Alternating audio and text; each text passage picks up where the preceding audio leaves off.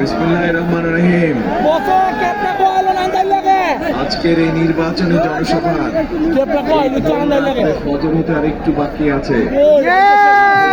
যে জনসভা, এই জনসভার সম্মানিত সভাপতি, আমার প্রিয় সামনে উপস্থিত প্রিয় ভাই বোনেরা এবং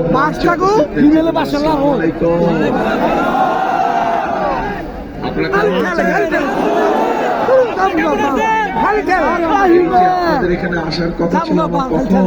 সন্ধ্যায়, গতকাল 8টার সময়, সন্ধ্যা 8টায় ফজরের ওয়াক্তে এসে পৌঁছেছি। সেই সিলেট থেকে রওনা দিয়েছি হাজার হাজার হাজার মানুষ। সকল মানুষের সাথে কথা বলতে বলতে সবাই অপেক্ষা করছে। আপনারা যখন অপেক্ষা করছেন, তারাও অপেক্ষা করছিল। কাজেই আস্তে আস্তে দেরি হয়ে গেছে, এই জন্য আপনাদের কাছে ক্ষমা। সমস্যা নাই। এই যে আপনারা কষ্ট করে কেন অপেক্ষা করছেন, আপনাদের সকলের চেহারার মধ্যে, জেগে আছে সকলের চেহারার মধ্যে ছাপ ফুটে উঠেছে। কি সেটা? একটা পরিবর্তন চাচ্ছে। কি পরিবর্তন? একটা ভালো পরিবর্তন চাচ্ছে। আমরা বিগত দিনে যেই কাজগুলো দেখেছি, এখানে এই যে মানুষের একটু আগে বলে গেল, যে কাজগুলো দেখেছি, আমরা এই অবস্থায়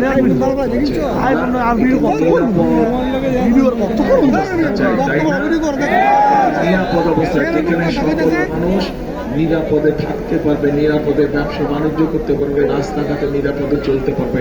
আপনারা তো এরকমই চান নাকি? আসলে এরকমই চান। এখন প্রিয় ভাই বোনেরা, এই যে একটু কথা শুরুতেই বললাম যে নির্বাচনী জনসভা, বিগত 15 বছরে এরকম কোন নির্বাচনী জনসভা হয়েছিল? আপনারা বিগত 15 বছরে ভোট দেবার সুযোগ পেয়েছিলেন? তাহলে এই যে আন্দোলন সংগ্রামের মাধ্যমে, যে মানুষগুলোর ত্যাগের মাধ্যমে, শহীদের জীবনের মাধ্যমে যে আমরা এই যে সুযোগটা পেলাম, এই নির্বাচনে, তাহলে আমাদেরকে সিদ্ধান্ত নিতে হবে যে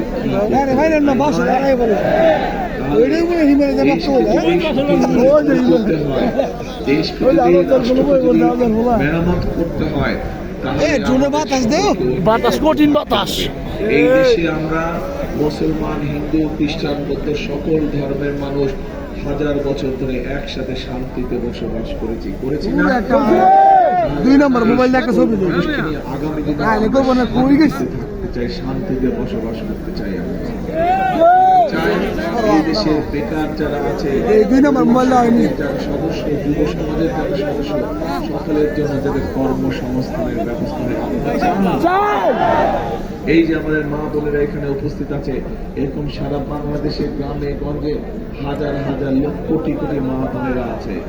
তাদের মধ্যে যে সকল পরিবারগুলো একটু অভাবী, সেই সকল পরিবারের মাদের কাছে আমরা সকলের বেশি দিব, কিন্তু অভাবী পরিবারগুলোকে দিতে হবে। কি দিব? আমরা ফ্যামিলি কার্ড দিতে চাই। এই ফ্যামিলি কার্ডের মাধ্যমে আমরা সেই অভাবী পরিবারগুলোকে সহযোগিতা করতে চাই, যাতে তারা স্বাবলম্বী হতে পারে, নিজের পায়ে দাঁড়াতে পারে।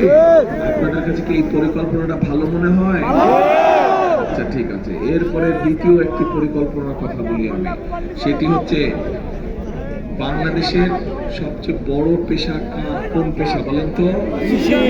কৃষি। কৃষি হচ্ছে বাংলাদেশের প্রায় সব মানুষই কম বেশি কৃষির সাথে জড়িত, তাই না? বিভিন্ন রকম কৃষক আছে। এই কৃষক ভাইদেরকে সহযোগিতা করার জন্য আমরা আরেকটা কৃষক কার্ড দিতে চাই, যেটার মাধ্যমে তারা সার, কীটনাশক ওষুধ পাবে, বীমা সুবিধা পাবে। এই পরিকল্পনা কেমন? এরপরে কৃষকদের কথা বললাম, বেকার এই যে বিভিন্ন গার্মেন্ট শিল্প তৈরি হয়েছে, শুধু গার্মেন্ট শিল্প দিয়ে হবে, গার্মেন্ট শিল্প যাতে আরো মানুষের কর্মসংস্থান হয়। এই দেশ থেকে লক্ষ লক্ষ মানুষ বছরে বিদেশ যায় না, চাই এরপরে যারা বিদেশে যাবে তাদেরকে ট্রেনিং দিয়ে আমরা পাঠাবো যাতে তারা বেশি বেতনের চাকরি বাকরির ব্যবস্থা করতে পারে, অথবা নিজেদের দেশে যাতে তারা নিজেদের ব্যবসা করতে পারে সেই জন্য ট্রেনিং দিতে চাই। আমরা বিভিন্ন ব্যাপারে ট্রেনিং দিতে চাই যাতে মানুষ দক্ষ হিসেবে নিজেকে গড়ে তুলতে পারে। এই কথাটা কি পরিকল্পনা ভালো লেগেছে? এখন প্রিয় ভাই বোনেরা, যদি দেশের অবস্থা নিরাপদ করতে হয়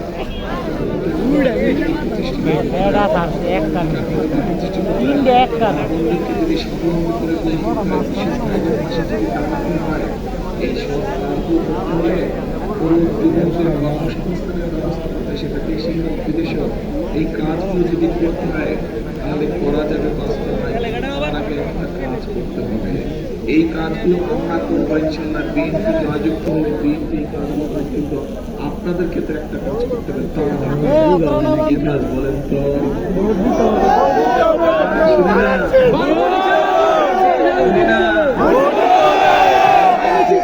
কোথায় দিতে হবে? শীষে ভোট দিতে হবে। যদি ধানের শীষে ভোট দেন তাহলে এই কাজগুলো করতে পারবো আমরা, খাল খনন করতে পারবো আমরা। খাল খনন কর্মসূচি জানেন আপনারা কি কর্মসূচি জানেন?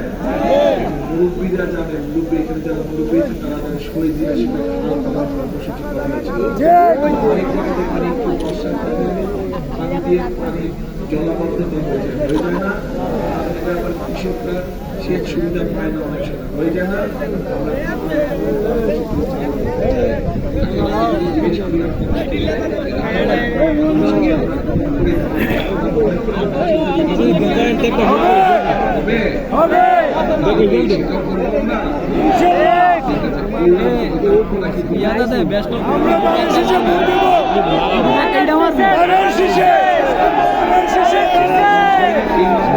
আমাদের কাজকে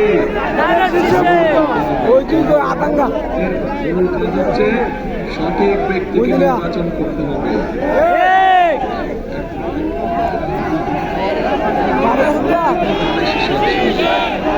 এখানে একটা কথা আছে, জরুরি কথা বলবো, জরুরি কথা আছে,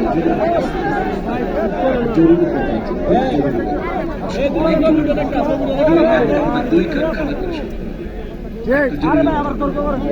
এই যে ভোট দিবেন 12 তারিখে, এর মধ্যেই তো একটা বাহিনী আছে, একটা গোষ্ঠী আছে, এদের লোকজন এসে নিরীহ মা বোনদের কাছ থেকে এনআইডি নাম্বার নিয়ে যাচ্ছে। খবর পাইছেন এটা? তারপরে আবার ফোন নাম্বার নিয়ে যাচ্ছে, কি বিকাশ নাম্বার না কি নিয়ে যাচ্ছে। খবর পাইছেন? তারপরে আবার আমাদের যে প্রবাসী ভাইরা আছে তাদের জন্য যে ব্যালট পেপার পাঠিয়েছিল সেগুলো আবার তারা দখল করে নিয়েছে। খবর পাইছেন?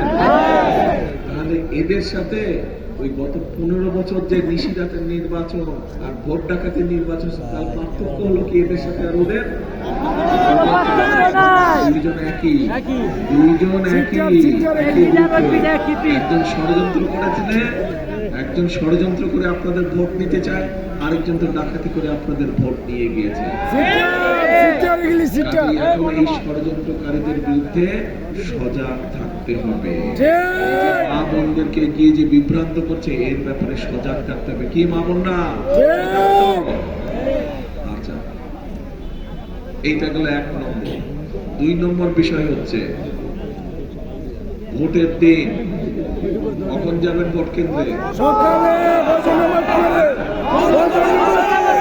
ফজরের ওয়াক্তে?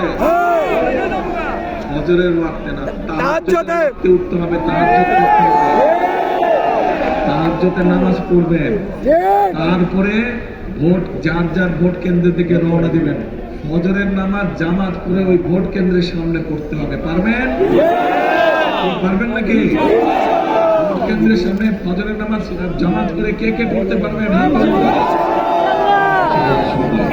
তারপরে ফজরের নামাজ পড়ে ভোট কেন্দ্রের সামনে লাইন দিয়ে সমুদ্র তালায় যাবেন। যে ভোট কেন্দ্র খোলা মাত্র ধানের শীষের ভোট দিতে হবে। সবচেয়ে প্রথমে ধানের শীষের ভোট দিতে হবে।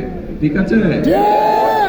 তাহলে ওই যে খাল খননের কথা বললাম, ওই যে মা বোনদেরকে সহযোগিতা করার জন্য ফ্যামিলি কার্ডের কথা বললাম, ওই যে কৃষক ভাইদেরকে সহযোগিতা করার জন্য কৃষি কার্ডের কথা বললাম, তরুণ যুবক ভাই বোনদের কর্মসংস্থানের জন্য যে বিভিন্ন ট্রেনিং এর ব্যবস্থা বললাম, খাল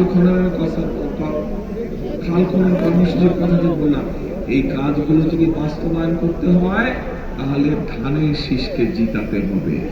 ধানের শীষ যদি জিতে ইনশাল্লাহ, ধানের শীষ আগামী দিনে সরকার গঠন করলে তাহলে এই জনগণের এই কাজগুলো করা সম্ভব হবে।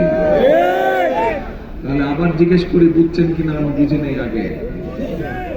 এই যে পরিকল্পনার আরো পরিকল্পনা আছে, এই অল্প কয়েকটা বললাম, এই পরিকল্পনাটা করলে কি আপনারা মনে করেন মানুষের উপকার হবে? উপকার হবে? তাহলে আসেন একটা স্লোগান দেই, করব কাজ করব দেশ, সবার আগে কে করব কাজ গড়ব দেশ, সবার আগে দেশ। এই শেষ কথা, ইনশাল্লাহ 12 তারিখ দেখো হবে ধানের শীষকে জয়যুক্ত করাবে। আল্লাহ